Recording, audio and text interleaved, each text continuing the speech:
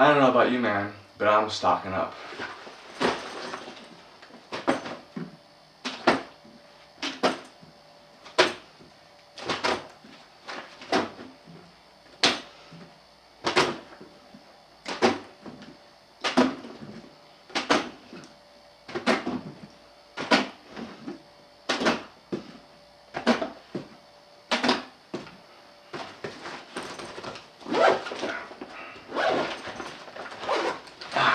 Oh!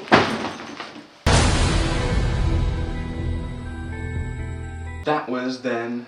This is now.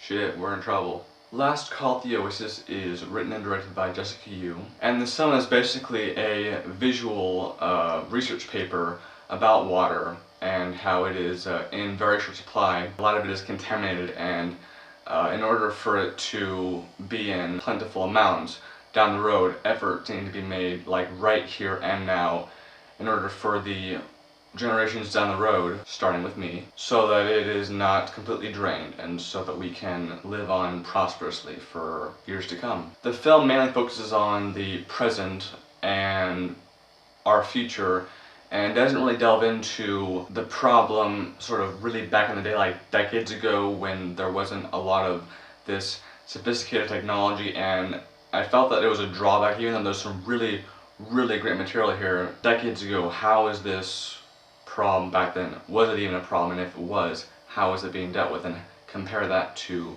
present and the future. This film is an hour and 45 minutes, and it's really easy probably for somebody to, look at this film and say, oh, it's a film about water.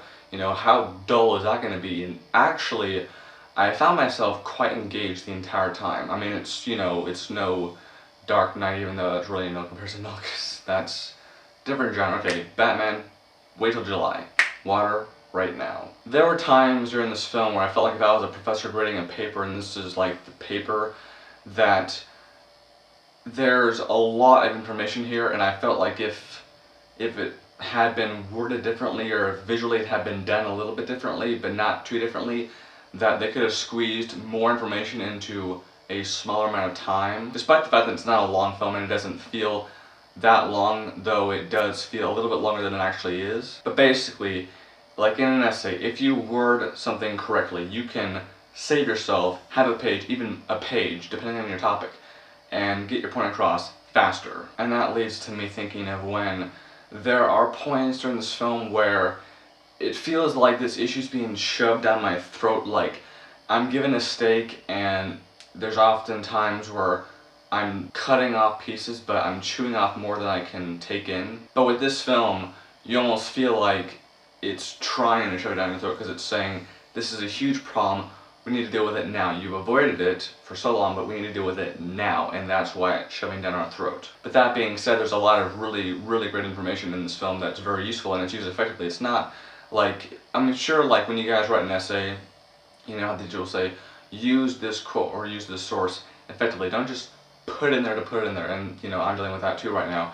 But with this film, there's a lot of really great information, people being interviewed, used, that is effective. One of the things that I felt was really a strength of this film was that the director of this film, Jessica Yu, has really excellent B-roll. She's not the kind of person who, for a documentary, will just point the camera at something that's relevant to the subject and just press record and just shoot it and say, okay, we've got B-roll. She really knows how to visually please an audience while we've got this amazing voiceover narration.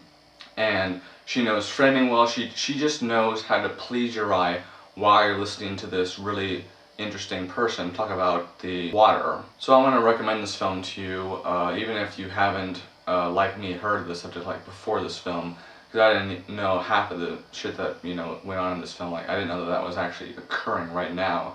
I'm probably not going to lose sleep over it, but I'm going to be thinking about this film for a while, and that's always good. You want to leave the theater thinking about the film. You don't want to just leave thinking, it was okay. And so I'm going to give it 4 out of 5 stars. Cheers.